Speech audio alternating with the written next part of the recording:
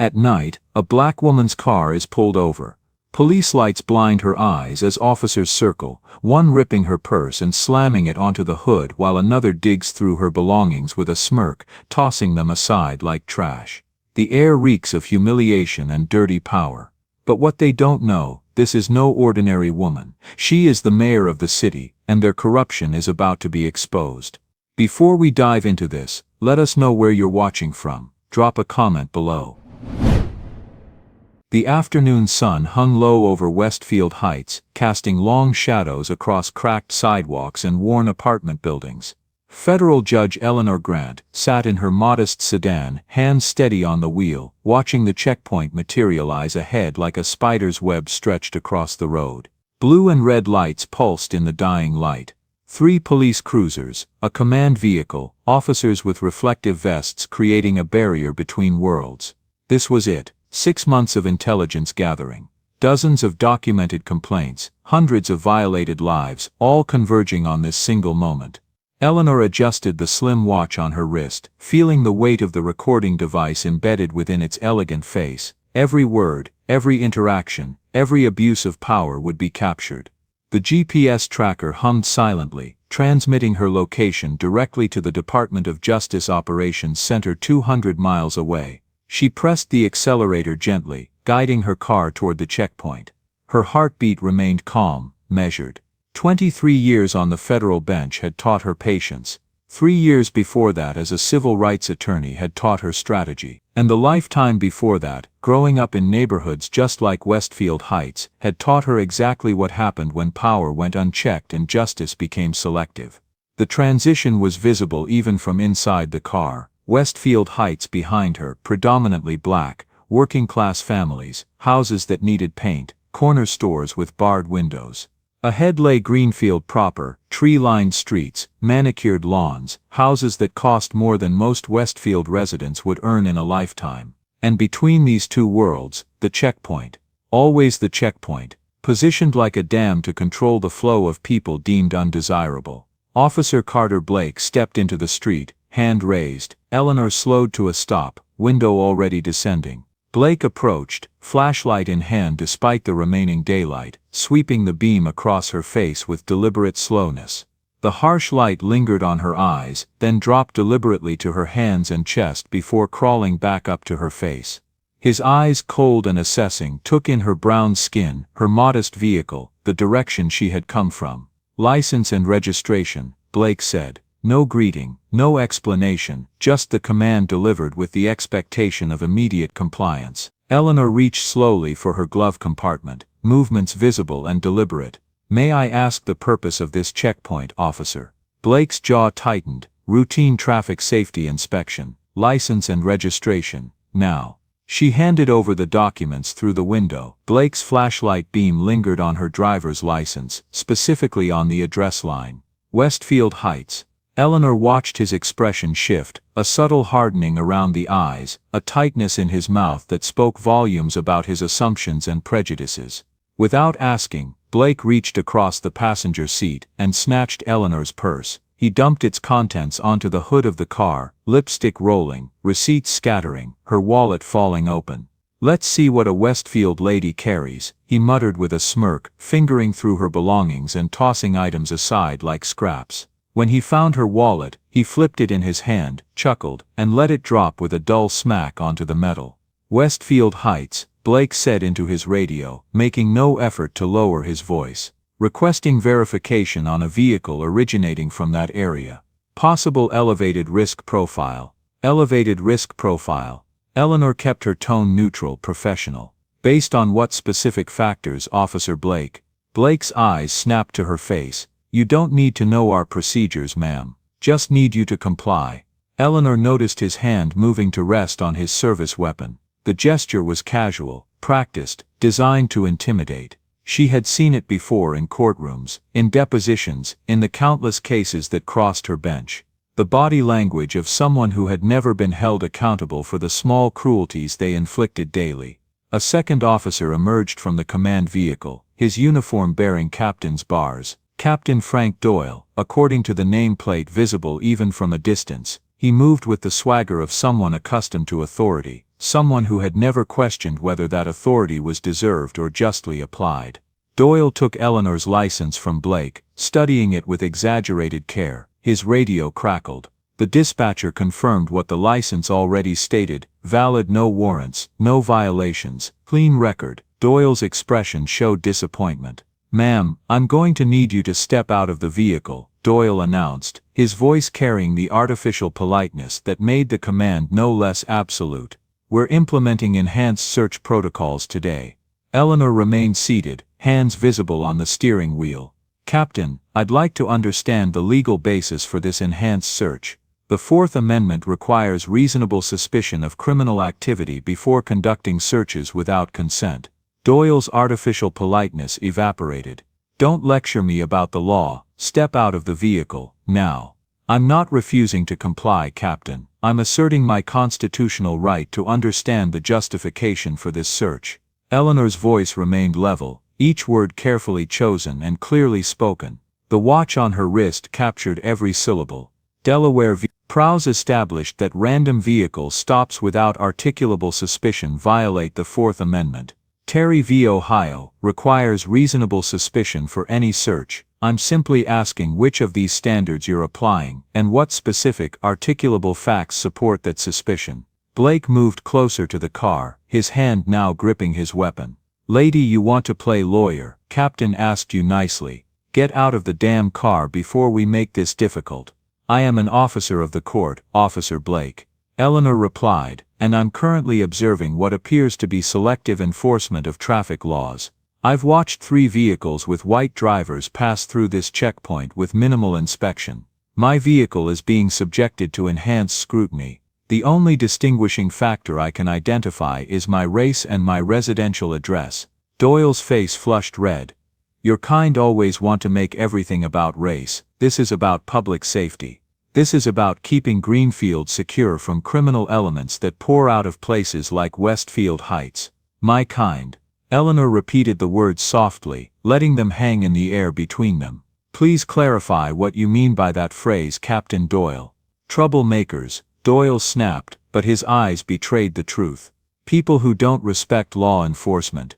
People who think the rules don't apply to them." Behind them a car slowed. The driver, a young black woman, held up her phone, recording. Doyle noticed immediately, his expression shifting to fury. "Blake, clear that vehicle. No recording at this checkpoint. Move her along." Blake jogged toward the car. Eleanor watched in her mirror as he ordered the woman to put away her phone and leave the area immediately. The woman hesitated, then complied, but not before making eye contact with Eleanor. In that brief connection, Eleanor saw recognition, solidarity, and the weary understanding of someone who had faced this injustice before. "Last chance," Doyle said, pulling Eleanor's attention back. "Step out voluntarily, or we extract you by force." "I will comply under protest," Eleanor stated clearly. "But I want it noted for the record that I am objecting to this search as unconstitutional, that I have observed discriminatory enforcement patterns at this checkpoint, and that I am being coerced through threats of violence." She opened the door slowly, hands visible. Doyle grabbed her arm the moment she stood, yanking her away from the vehicle with unnecessary force. Pain shot through her shoulder, but Eleanor's expression remained calm. "Stop resisting," Doyle shouted, though Eleanor stood completely still, arms at her sides. "I am not resisting," Eleanor said clearly, projecting her voice. "I am standing still with my hands visible. You are using excessive force without justification." Blake approached with handcuffs. "Turn around, hands behind your back." "On what charge am I being arrested?" "Obstruction of justice, interfering with a lawful checkpoint operation." Doyle recited the charges with satisfaction. "Failure to comply with lawful orders." "I complied with every order," Eleanor countered. "Citing constitutional law is not obstruction. Questioning authority is not a crime." The handcuffs clicked tight around her wrists, deliberately tightened beyond necessity. Metal bit into skin. Blake jerked her arms, making her stumble. Doyle caught her other arm, their grips bruising. "You people from Westfield need to learn respect," Doyle said, his face inches from hers. "Need to learn that when you come to our neighborhoods, you follow our rules, not your street rules." Our rules. Eleanor met his eyes steadily. Your neighborhoods, Officer Doyle, public roads don't belong to any particular demographic. Citizens have equal right to travel regardless of race or residence. Doyle's grip tightened. Smart mouth. Just like all the others who come through here thinking they're special, thinking they belong in Greenfield. I have every legal right to travel through this municipality, Eleanor said, her watch pressed against her wrist, recording every word. And you have no legal authority to restrict that travel based on my race or residential address. Blake searched her vehicle, while Doyle held her in place. Eleanor watched as he opened her glove compartment, rifled through her console, checked under seats. His movements grew more frustrated as he found nothing incriminating. No drugs, no weapons, nothing to justify their suspicions or their actions. She's clean, Blake called out, disappointment evident in his tone. Keep looking, Doyle ordered. Check the trunk, these types always hide something. Eleanor's fingers moved carefully, finding the small button on her watch's side. She pressed it 3 times in quick succession. The emergency signal activated, transmitting directly to Doi J headquarters. The operation had officially begun. A third police vehicle pulled up. From it emerged a man in an expensive suit, his bearing radiating political authority.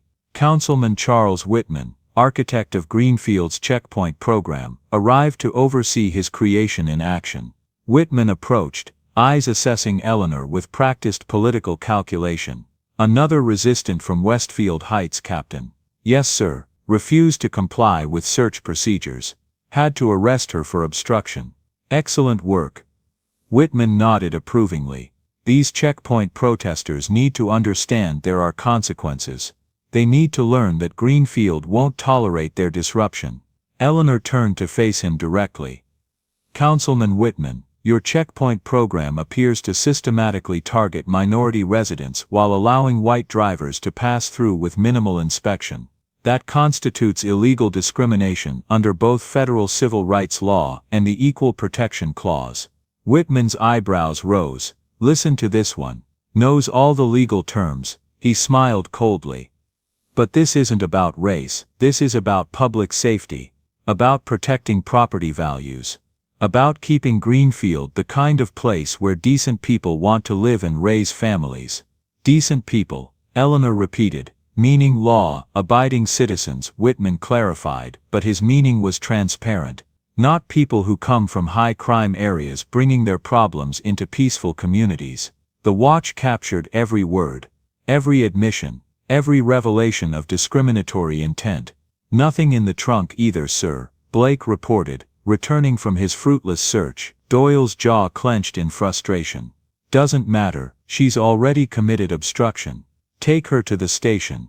Blake gripped Eleanor's arm, steering her toward the police cruiser. Whitman stepped closer, his voice lowering but still captured by Eleanor's watch. Make sure this one understands the lesson, Captain. Word needs to spread in Westfield that fighting our checkpoints leads to serious consequences. Jail time, criminal records, lost jobs. We need them to stop coming here, stop thinking they belong in Greenfield. Understood, sir, Doyle replied. We'll make an example. Blake pushed Eleanor's head down, forcing her into the back seat of the cruiser. The plastic barrier separated her from the front. The door slammed shut. Through the window, Eleanor watched Doyle and Whitman shake hands, both men smiling with satisfaction. The cruiser pulled away from the checkpoint. Eleanor sat in the back, hands cuffed behind her, maintaining her composure. Her watch pressed against her wrist, still recording, still transmitting location data. Everything was proceeding according to plan. 20 minutes later, they arrived at Greenfield Police Station. The building squatted on Main Street, brick facade projecting authority and permanence. American flags flanked the entrance. Inside, fluorescent lights buzzed overhead, illuminating linoleum floors worn by decades of foot traffic. Blake hauled Eleanor from the cruiser, his grip on her arm tighter than necessary. He marched her through the entrance, past the front desk where a civilian clerk looked up with barely concealed contempt. Another one from the west side, Blake announced loudly. Thinks she knows better than police officers. Several officers looked up from their desks. Their expressions ranged from amusement to satisfaction. Eleanor committed every face to memory, every badge number visible, every nameplate readable. The booking process was deliberately humiliating. Blake removed the handcuffs only long enough to take fingerprints, then replaced them immediately. He confiscated her belongings, dumping them onto the counter with careless disregard. Phone, wallet, keys, her watch. He examined the watch with suspicion, turning it over in his hands. Fancy watch for someone from Westfield. Blake commented. Probably stolen. It was a gift, Eleanor replied calmly. From a colleague. Blake tossed it into the property envelope without further comment. Eleanor felt a moment of concern. The watch was crucial evidence, containing the recording device. But the device was designed to be undiscoverable during routine inspection. It would appear to be simply an expensive watch, nothing more. Doyle appeared as Blake finished processing. Put her in interrogation room 2. Let her wait a while. Think about her choices. The interrogation room was exactly what Eleanor expected. Small, windowless, a single metal table bolted to the floor, 2 chairs on opposite sides. A mirror on one wall, obviously one-way glass. A camera in the corner, its red light indicating active recording. The air conditioning ran too cold, another deliberate discomfort. Blake shoved Eleanor into a chair and re-secured the handcuffs to a metal ring on the table. The position forced her to lean forward uncomfortably. Blake left without a word, the door closing with a heavy click. The lock engaged. Eleanor sat in silence, her mind working through the next stages. The Department of Justice had received her emergency signal. They would be mobilizing now, preparing the response. Federal agents gathering evidence files. Attorneys reviewing legal strategies. A specialized response team coordinating with local FBI offices. The machinery of federal law enforcement was in motion. 2 hours passed. Eleanor tracked the time by the clock on the wall, its second hand moving with methodical precision. The cold air made her shiver, the handcuffs cut into her wrists. The chair grew increasingly uncomfortable, all deliberate tactics designed to break down resistance, to make suspects compliant and willing to accept whatever deal was offered. Eleanor had seen these tactics employed countless times in cases before her bench. She had ruled on their legality, on their appropriateness, on the balance between effective law enforcement and constitutional protections. Now she experienced them directly, understanding in a visceral way what defendants faced when the system treated them not as citizens with rights but as problems to be processed and controlled. The door finally opened. Doyle entered, carrying a thin folder and Eleanor's confiscated belongings. He dropped them on the table with deliberate carelessness. Her wallet fell open, contents spilling across the metal surface. "Comfortable?" Doyle asked, his smile mocking. Eleanor remained silent. The less she said, the more they would reveal. Interrogators filled silence with their own assumptions and prejudices. Doyle circled the table slowly, like a predator assessing prey. Victoria Eleanor Grant, Westfield Heights address. Clean record, surprisingly, no priors, no outstanding warrants. First time being educated about proper respect for law enforcement. He opened the folder, pretending to read documents inside. Eleanor could see from her angle that the folder contained only blank paper. Theater designed to intimidate. "Here's how this works," Doyle continued. "You sign a statement admitting to obstruction of justice, you accept a misdemeanor charge. You pay a fine, and you walk out of here tonight with nothing worse than a criminal record and a lesson learned. I'd like to speak with an attorney."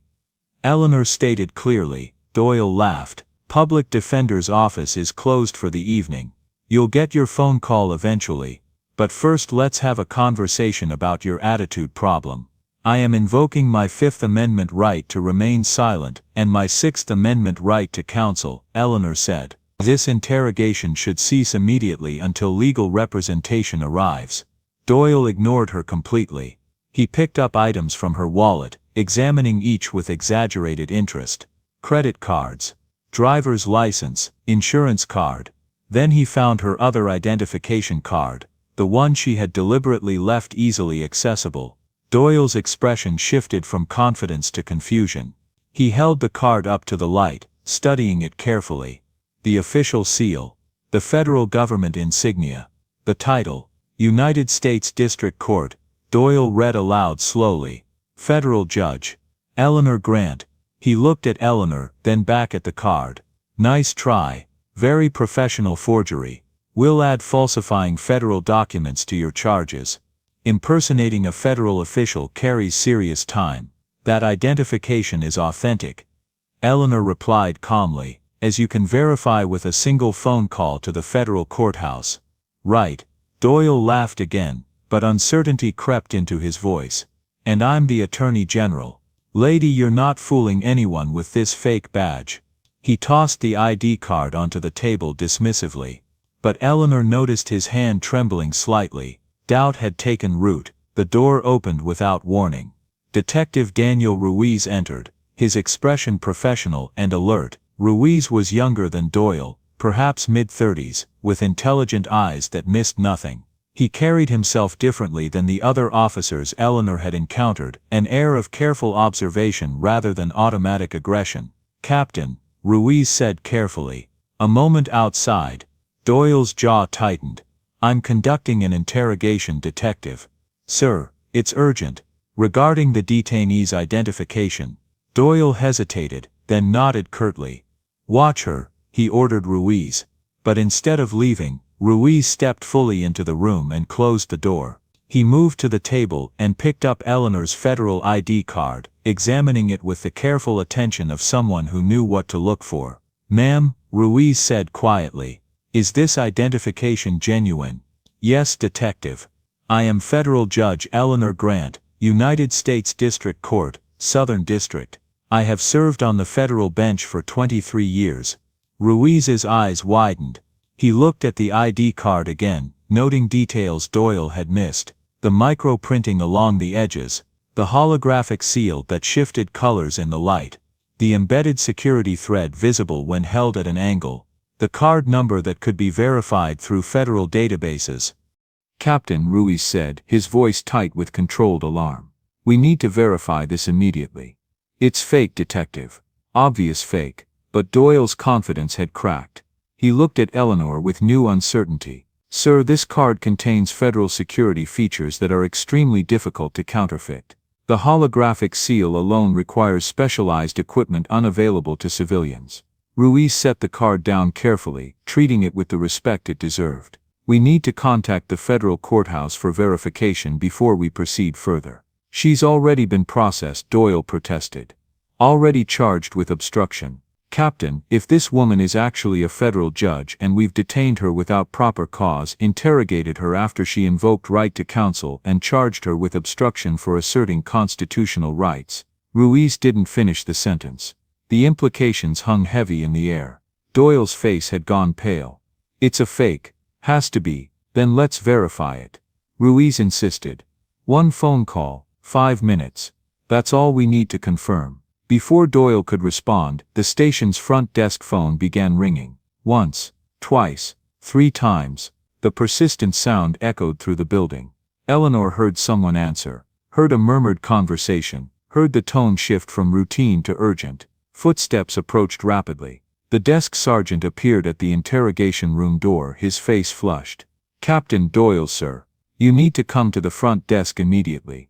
I'm in the middle of, sir, we've received multiple calls. Department of Justice, Federal Courthouse. Governor's Office. The sergeant's voice rose with each name. They're all asking about a federal judge, Eleanor Grant. They say she's been detained here illegally. The color drained from Doyle's face completely. Ruiz closed his eyes briefly, recognition and concern washing over his features. Councilman Whitman appeared behind the sergeant, his political composure cracking. What is happening?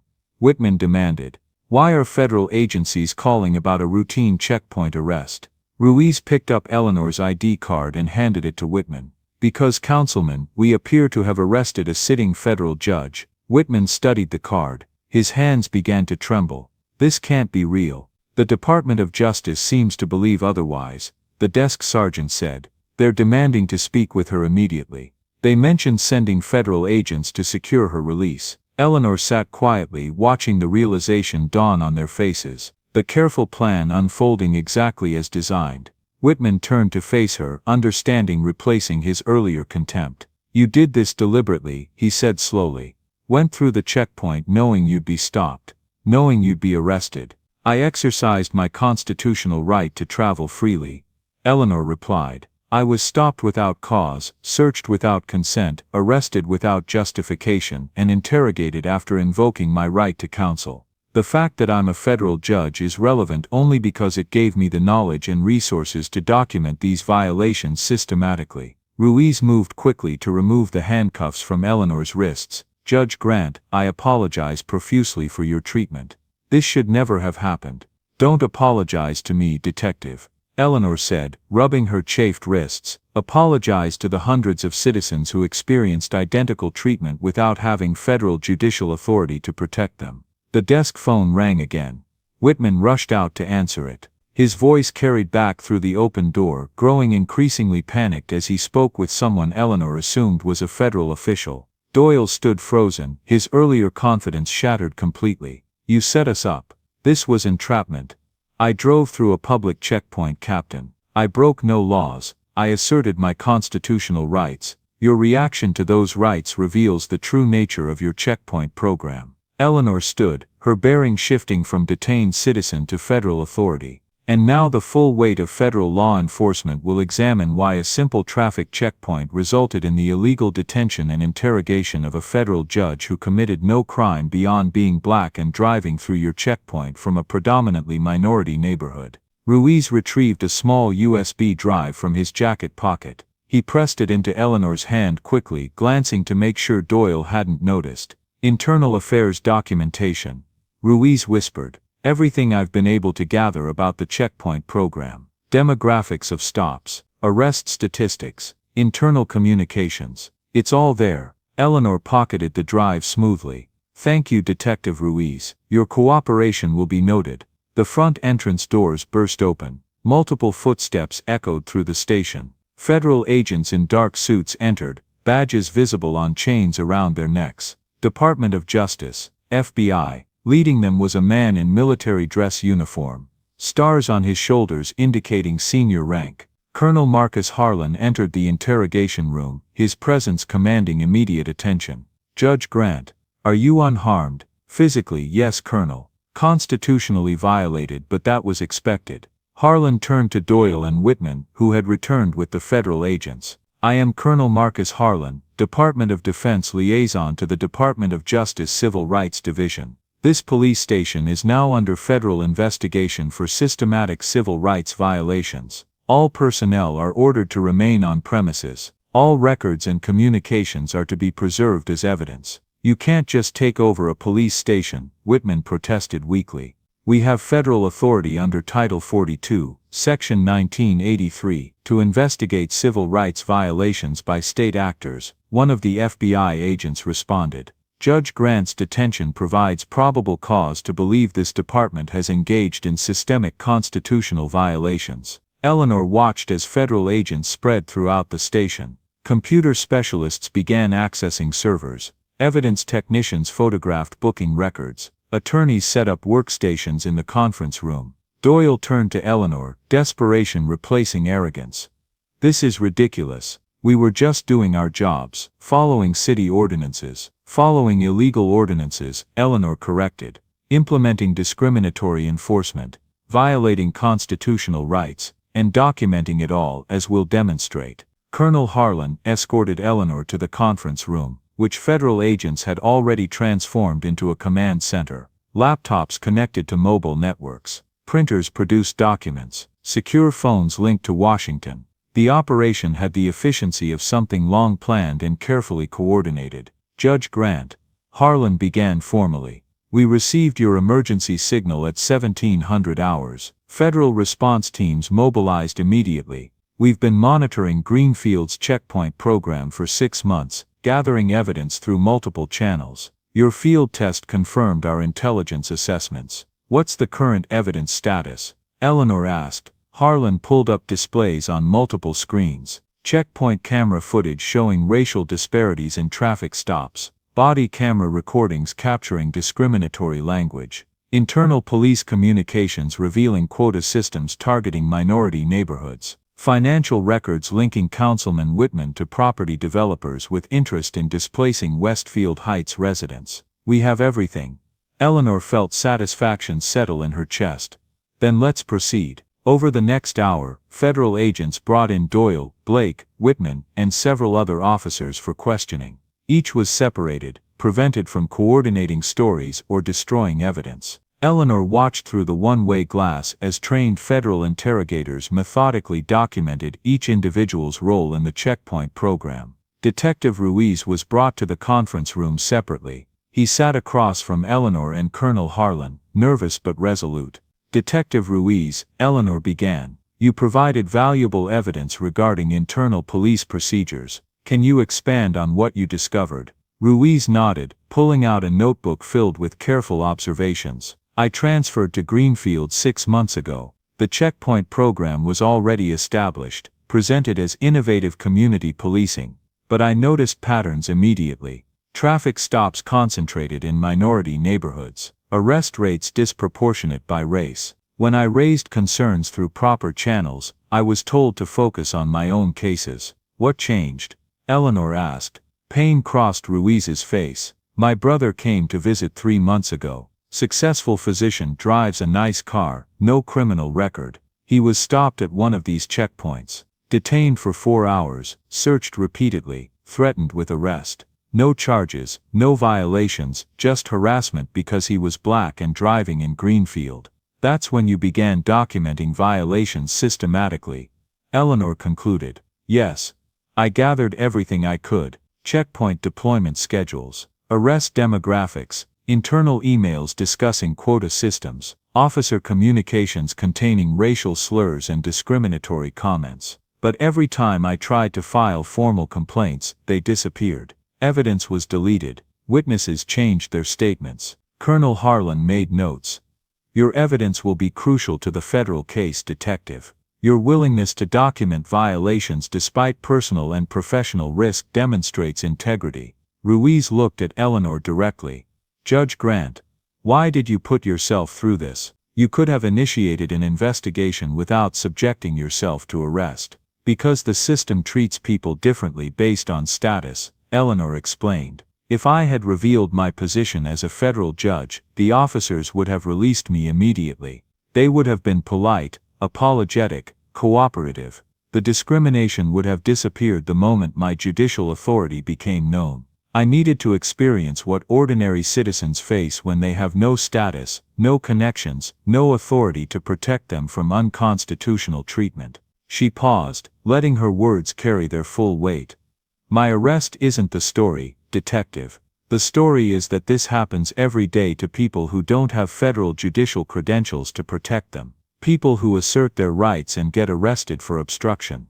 People who question illegal searches and get charged with interfering. People whose only crime is being black or brown and driving through neighborhoods where they're considered unwelcome. Ruiz absorbed this. What happens now? Justice, Eleanor replied simply. Federal prosecution of everyone involved in implementing and maintaining this discriminatory system.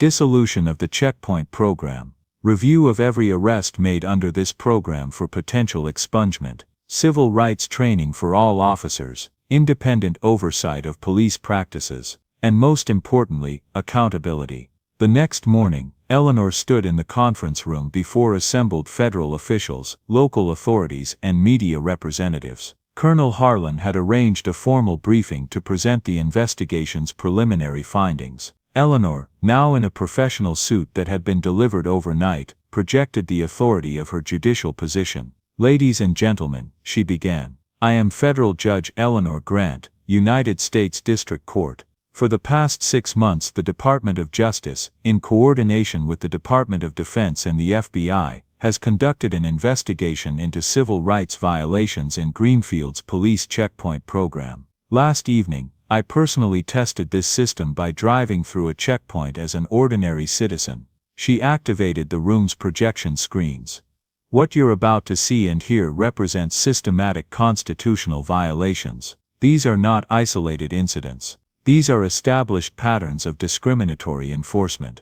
The first video appeared. Checkpoint camera footage showing a white driver waving through after a cursory license check, timestamp visible. Then another white driver, similar treatment. Then another. Watch carefully, Eleanor instructed. She played footage of a black driver being stopped. The officer's demeanor immediately different. Aggressive questioning. Demands to search the vehicle. When the driver asked why, the officer's response was captured clearly. "Don't give me attitude. You people always make this difficult." The room stirred uncomfortably. Eleanor continued, playing multiple examples. The pattern was undeniable. White drivers passed through quickly. Black drivers faced extended stops, searches and frequent arrests. Statistical analysis confirms visual observation. Eleanor stated, over 6 months checkpoint operations stopped 8,327 vehicles. Of those, 82% of stops resulting in searches involved black drivers. 94% of arrests involved people of color. Yet demographic analysis shows that traffic violations occur at equal rates across all demographics. She changed displays. Audio evidence reveals the discriminatory intent behind these statistics. Captain Doyle's voice filled the room from a recorded briefing. Focus on Westfield Heights vehicles. Higher arrest yield. Councilman wants numbers up in that demographic. Officer Blake responded, even without probable cause. Doyle, find cause, broken taillight, failure to signal. Get them out of the car. You'll find something. Uncomfortable silence filled the room. Eleanor let it linger, let the words settle and reveal their full ugliness. This recording, Eleanor continued, was captured during an official roll call briefing. These instructions represent official department policy, not rogue officers acting independently. She played another recording. Councilman Whitman's voice this time. The checkpoint program serves 2 purposes. Public safety is what we tell the press. Property values is why we're really doing it. Keep the undesirable element where it belongs. In Westfield, not in our neighborhoods. Several people in the room looked at Whitman, who sat with his attorney, face ashen. Eleanor presented documents. Internal emails between police administrators and city officials reveal quota systems specifically targeting minority neighborhoods. Officers were evaluated based on arrests from Westfield Heights. Checkpoint locations were strategically placed to intercept residents leaving minority areas while avoiding predominantly white neighborhoods. She displayed a map, red dots showing checkpoint locations clustered exclusively between Westfield Heights and Greenfield proper. Not a single checkpoint in white neighborhoods. Not one. The program's origins reveal financial motivation underlying racial discrimination, Eleanor explained. She showed communications between Whitman and property developers. Councilman Whitman received substantial campaign contributions from developers seeking to revitalize Westfield Heights. Their development strategy required displacing current residents. The checkpoint program served this goal by harassing black residents, making them feel unwelcome, driving down property values and creating conditions for forced displacement. The evidence accumulated: emails, text messages, financial records, arrest statistics, body camera footage, dashboard recordings. Every piece documented systematic civil rights violations driven by racial prejudice and financial greed. Last evening, Eleanor continued, I drove through one of these checkpoints as a test. I committed no traffic violations. I presented valid identification. I complied with all lawful orders, yet I was subjected to illegal search demands, arrested without cause, interrogated after invoking my right to counsel, and held for hours without access to an attorney. Why? Because I am black. Because I drove from Westfield Heights. Because the checkpoint program was designed to target people exactly like me. She paused, making eye contact with officials around the room. The only reason my treatment became a federal case is because I happen to be a federal judge with the resources to document these violations and the authority to demand accountability. But I am not unique. Every black citizen who drives through Greenfield faces identical treatment. The difference is they lack the status to protect themselves from these unconstitutional practices. Detective Ruiz stood. Judge Grant, may I add testimony? Eleanor nodded. Ruiz stepped forward, visibly nervous but determined.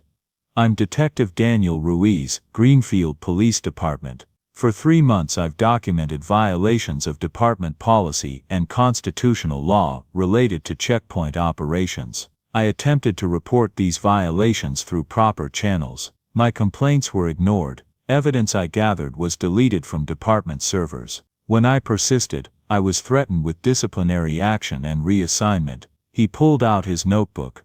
I documented that checkpoint officers received explicit instructions to use different standards based on race. White drivers received minimal inspection. Black drivers faced intensive scrutiny regardless of their driving behavior. Officers who questioned these practices were told they weren't team players and risked losing promotional opportunities. Ruiz's voice grew stronger.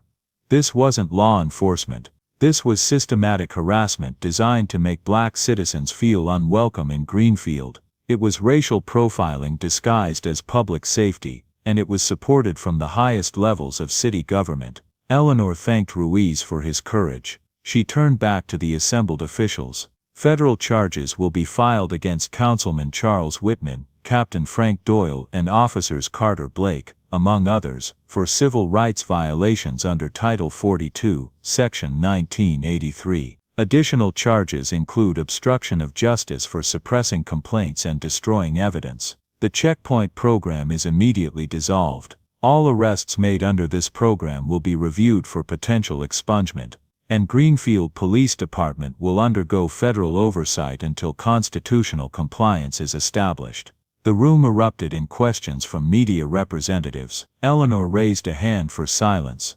One final point, she said.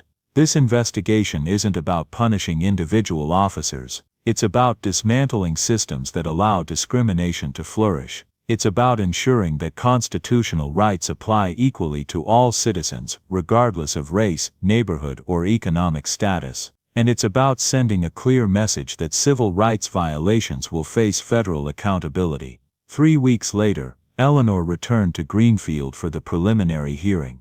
The federal courthouse, ironically located just blocks from the police station where she had been detained, filled with spectators, media, and interested parties from both communities. Whitman, Doyle, and Blake sat at the defense table with their attorneys. All three had been released on bond pending trial, but their faces showed the weight of federal criminal charges. Whitman's political career was destroyed. Doyle had been suspended without pay. Blake faced not only criminal charges but civil suits from dozens of citizens whose rights he had violated. Eleanor sat in the gallery, not presiding but observing. Another federal judge would handle the criminal case to avoid any appearance of conflict. But Eleanor wanted to be present, wanted these men to see her as a citizen whose rights they had violated, not just as a judge whose authority they had unknowingly challenged. The prosecutor presented evidence methodically, each checkpoint stop documented, each discriminatory enforcement decision catalogued, each constitutional violation detailed.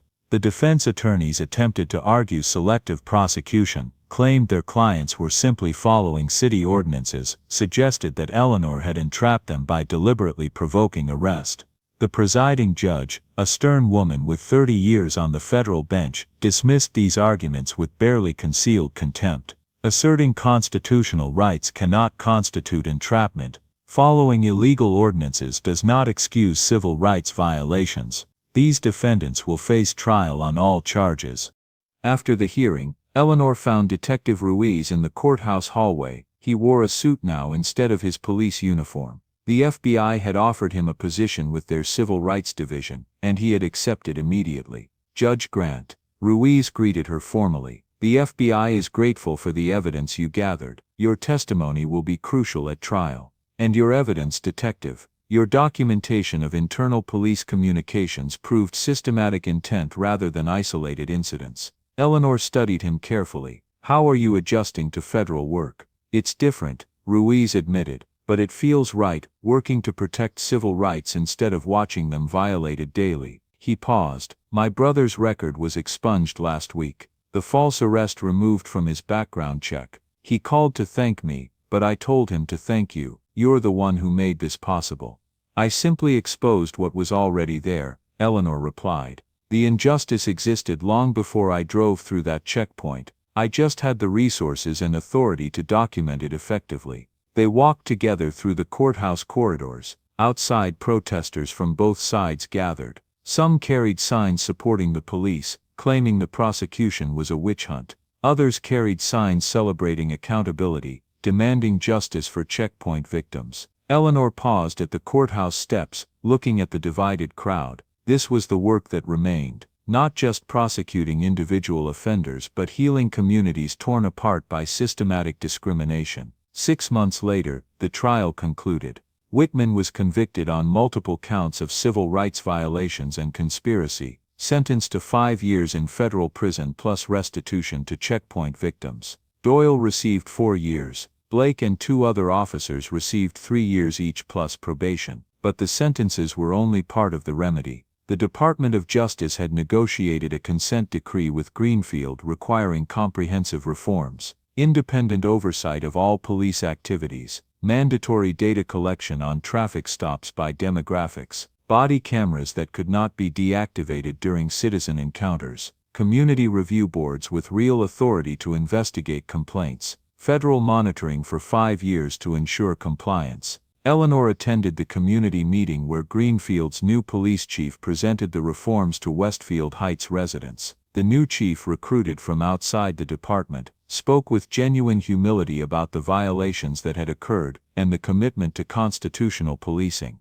An elderly woman raised her hand. My grandson was arrested at one of those checkpoints 2 years ago. Lost his college scholarships because of the criminal record. What happens to him now? The new chief nodded to an attorney from the Justice Department, who stood to answer. Every arrest made at discriminatory checkpoints is being reviewed. If the arrest lacked proper probable cause, it will be expunged. Your grandson should contact the Federal Review Office. We'll handle the expungement and provide documentation to his college explaining the false arrest. Many schools have agreed to reinstate scholarships for students affected by this program. The woman's eyes filled with tears. He can go back to school. Yes, ma'am, and he'll receive compensation for the harm caused by his illegal arrest. Eleanor watched this exchange, feeling the weight of justice delayed finally becoming justice delivered. This was why she had endured the checkpoint stop, the arrest, the interrogation, the handcuffs cutting into her wrists. Not for herself, but for this grandmother, whose grandson's future had been stolen by discriminatory policing.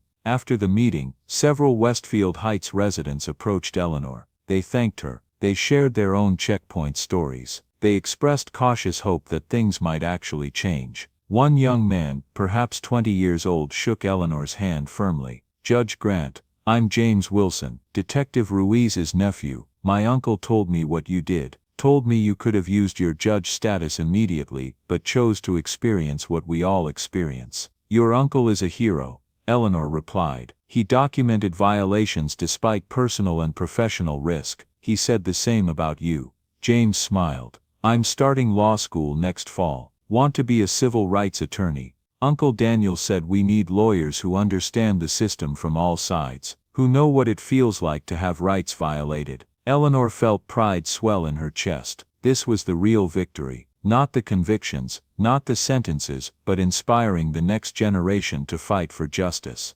9 months after her arrest, Eleanor was invited to testify before a congressional committee examining discriminatory policing practices nationwide. She sat at the witness table in her federal judge robes, the television cameras capturing her testimony for national broadcast. Mr. Chairman, members of the committee, Eleanor began. I appear before you today not just as a federal judge, but as a citizen whose constitutional rights were systematically violated. What happened in Greenfield was not an isolated incident. Similar checkpoint programs operate in communities across America, targeting minority neighborhoods under the guise of public safety while actually enforcing racial segregation. She presented evidence from multiple jurisdictions. The patterns were identical. Checkpoints positioned between minority neighborhoods and wealthy areas. Discriminatory enforcement statistics. Financial motivations linking policing to property development. The Greenfield model revealed a nationwide problem. The Fourth Amendment protects all citizens from unreasonable searches and seizures. Eleanor testified. The 14th Amendment guarantees equal protection under law.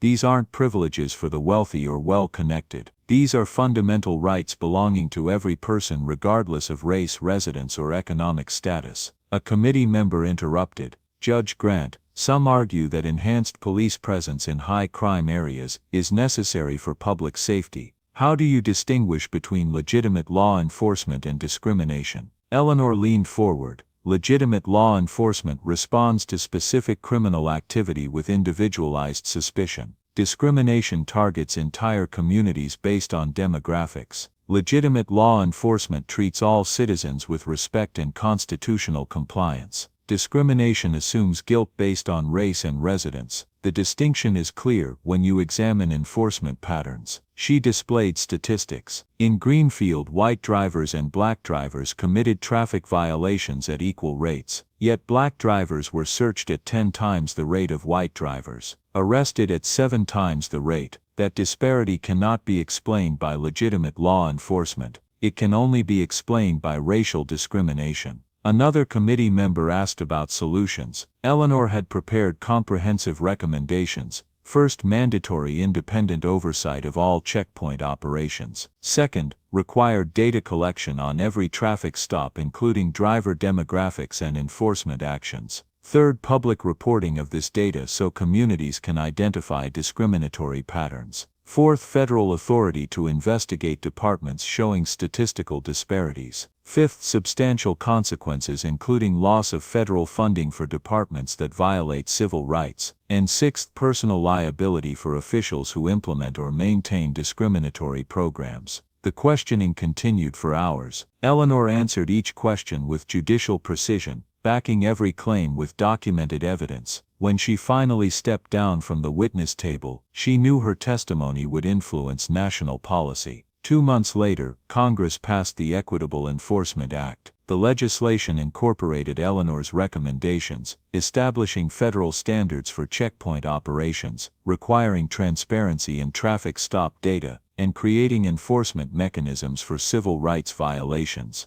President signed the bill in a ceremony attended by civil rights advocates, law enforcement reformers, and victims of discriminatory policing. Eleanor stood behind the president as he signed, symbolizing the judicial branch's role in protecting constitutional rights. Beside her stood Detective Ruiz, now Special Agent Ruiz of the FBI's Civil Rights Division, representing law enforcement officers who chose integrity over complicity. After the ceremony, Eleanor returned to her chambers at the federal courthouse. Her docket remained full. Cases requiring careful judgment, constitutional interpretation, fair application of law. But now her work carried additional weight. She was not just a judge ruling on cases before her bench. She was a living example of how the system should work when citizens demand accountability and justice. A year after her arrest, Eleanor drove through Greenfield again. No checkpoint blocked the road. No officers demanded identification based on neighborhood origin. She passed through freely, exercising her constitutional right to travel without harassment or discrimination.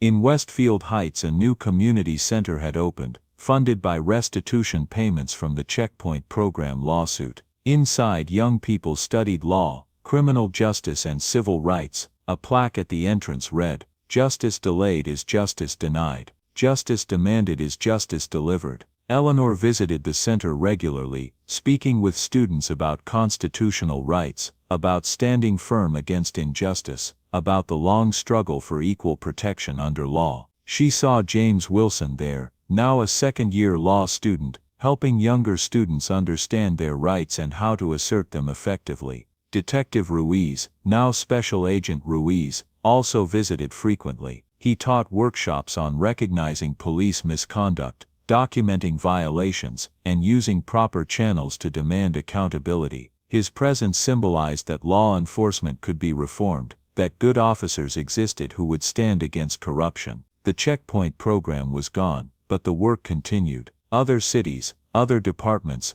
other systems required examination and reform. Eleanor coordinated with the Department of Justice, identifying patterns, recommending investigations, testifying when needed. Her experience in Greenfield had transformed her from a judge ruling on cases to an advocate actively shaping policy. 2 years after her arrest, Eleanor received a letter. The return address was Greenfield City Hall. Inside she found an official apology from the city council, an invitation to serve on the newly formed Police Oversight Commission, and a request that she accept the city's highest civilian honor for her role in exposing injustice and demanding reform. Eleanor declined the honor, but accepted the commission role. She had no interest in awards or recognition. She wanted structural change, permanent reform, systems that protected constitutional rights as effectively as they once violated them. The Oversight Commission met monthly, reviewing traffic stop data, investigating complaints, recommending policy changes. Eleanor insisted on transparency. Every meeting was public, every decision was documented,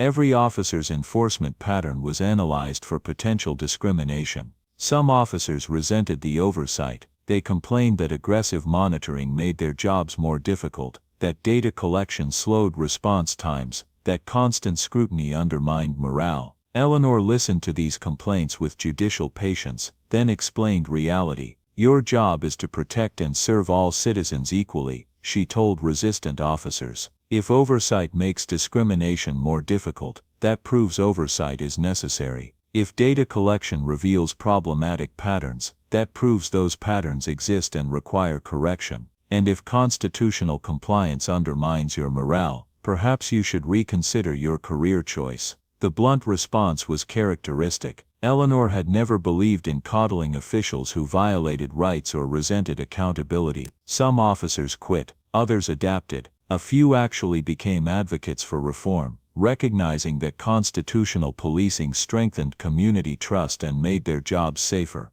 3 years after her arrest, Eleanor returned to Capitol Hill for a follow-up hearing on the Equitable Enforcement Act's implementation. The committee wanted to know whether the legislation had achieved its goals, whether discriminatory checkpoint programs had been eliminated, whether constitutional rights were being protected effectively. Eleanor presented comprehensive data. Since the Act's passage, discriminatory checkpoint operations have decreased by 67% nationwide. Traffic stop data now reveals patterns that were previously hidden. Federal investigations have resulted in reform agreements with 43 police departments, and civil rights complaints regarding checkpoint operations have dropped by 58%. The numbers told the story. Federal oversight worked. Transparency exposed discrimination. Accountability changed behavior. The system could be reformed when citizens demanded justice and officials faced consequences for violations. But Eleanor also reported challenges. Some jurisdictions have attempted to circumvent federal oversight through technical compliance while maintaining discriminatory practices. Some departments collect required data, but fail to analyze it for patterns. Some officers have learned to mask discrimination through more subtle tactics that are harder to document. She looked directly at committee members.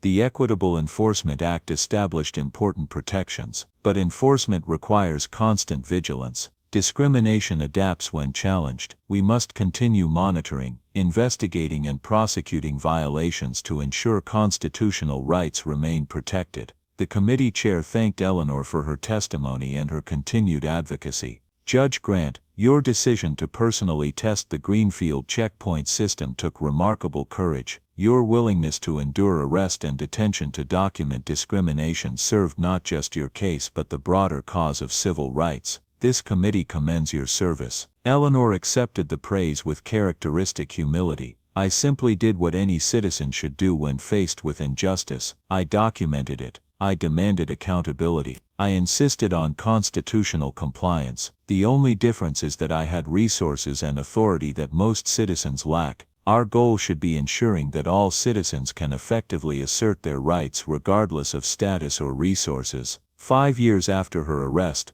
Eleanor sat in her chambers reviewing a case involving another discriminatory checkpoint program, this time in a different state. The plaintiff's attorney had cited her Greenfield case extensively, using it as precedent for challenging similar programs elsewhere. Eleanor would recuse herself from deciding the case due to her direct involvement in the underlying issue, but she took satisfaction in knowing that her experience had become a tool for others fighting similar battles. A knock on her chamber door interrupted her reading. James Wilson entered, now a newly licensed attorney working for the Civil Rights Division of the Justice Department. He carried a case file that Eleanor recognized immediately. Judge Grant, We're filing federal charges against another checkpoint program. This one targets Hispanic neighborhoods. Same patterns as Greenfield, same discriminatory enforcement, same financial motivations. James set the file on her desk. We're using your Greenfield case as the template for investigation and prosecution. Eleanor opened the file, scanning the evidence. Dashboard camera footage showing disparate treatment, audio recordings capturing discriminatory language, internal communications revealing intentional targeting, statistical analyses proving systematic patterns. The evidence was comprehensive, professionally gathered, methodically documented. This investigation is excellent work, Counselor Wilson, Eleanor said. The evidence clearly establishes systematic civil rights violations. You've built a strong case. James smiled. I learned from the best. You showed us that sometimes you have to experience injustice directly to document it effectively. One of our investigators went through their checkpoint undercover, recorded everything, just like you did. Eleanor felt pride in her protégé's work. This was how change happened. Not through single dramatic victories but through sustained effort, multiple cases, constant pressure for accountability and reform. Each investigation built on previous ones, each prosecution established new precedents, each reform created templates for other jurisdictions. The work continues, Eleanor said simply. As long as discrimination exists, we must continue fighting it. Yes, ma'am, James agreed. And we're better equipped for that fight because of what you did in Greenfield. You proved the system can be challenged. You showed that federal authority can protect civil rights. You demonstrated that accountability is possible when citizens demand it and officials enforce it. After James left, Eleanor returned to her reading. Cases filled her docket. Constitutional questions requiring interpretation. Rights requiring protection. Justice requiring delivery. She worked with the same dedication she had brought to every case throughout her career, but now with additional purpose born from personal experience. The sun set over the federal courthouse, casting long shadows across Eleanor's chambers. She gathered her files, preparing to head home. Tomorrow would bring new cases, new challenges, new opportunities to protect constitutional rights and ensure equal justice under law. As she left the courthouse, Eleanor drove through the city streets, past neighborhoods where checkpoints once terrorized residents, past communities where discrimination had been challenged and defeated, past places where justice had been delayed but ultimately delivered. The road ahead remained long, work remained unfinished. Other checkpoints, other departments, other systems required examination and reform. But Eleanor drove forward with confidence born from experience, knowing that change was possible when good people demanded it, when officials were held accountable, and when constitutional rights were treated as fundamental protections rather than privileges for the fortunate. Justice for all, not just those with status, not just those with resources, not just those with resources, not just those with judicial authority, but for every citizen in every neighborhood, regardless of race or residence or economic circumstances. This was the promise of the Constitution. This was the demand of equality. This was the work that continued, case by case, checkpoint by checkpoint, community by community, until the day when all citizens could travel freely, assert their rights confidently, and trust that the system would protect, rather than violate their constitutional guarantees. Eleanor Grant drove home through city streets free from discriminatory checkpoints, knowing that her work had helped make those streets more just. Tomorrow she would return to her chambers, return to her docket, return to the ongoing struggle for civil rights and equal protection under law. The work continued. Justice demanded it. The Constitution required it. And Eleanor Grant would keep fighting for it, one case at a time, until equal justice under law was reality rather than aspiration. Did that story grab your attention? Hit that like button right now to support more hard-hitting justice thrillers like this one. PAP Stories delivers powerful voice-only narratives that keep you engaged. Whether you're commuting, working out, or just relaxing, our signature storytelling style brings you into intense moments of injustice and the satisfying path to accountability. Subscribe to never miss our weekly uploads featuring gripping justice thrillers, stories of ordinary people facing extraordinary challenges, powerful narratives with unexpected twists, premium voice-only content perfect for multitasking. Join us to share meaningful stories by hitting the like and subscribe buttons. Don't forget to turn on the notification bell to start your day with profound lessons and heartfelt empathy.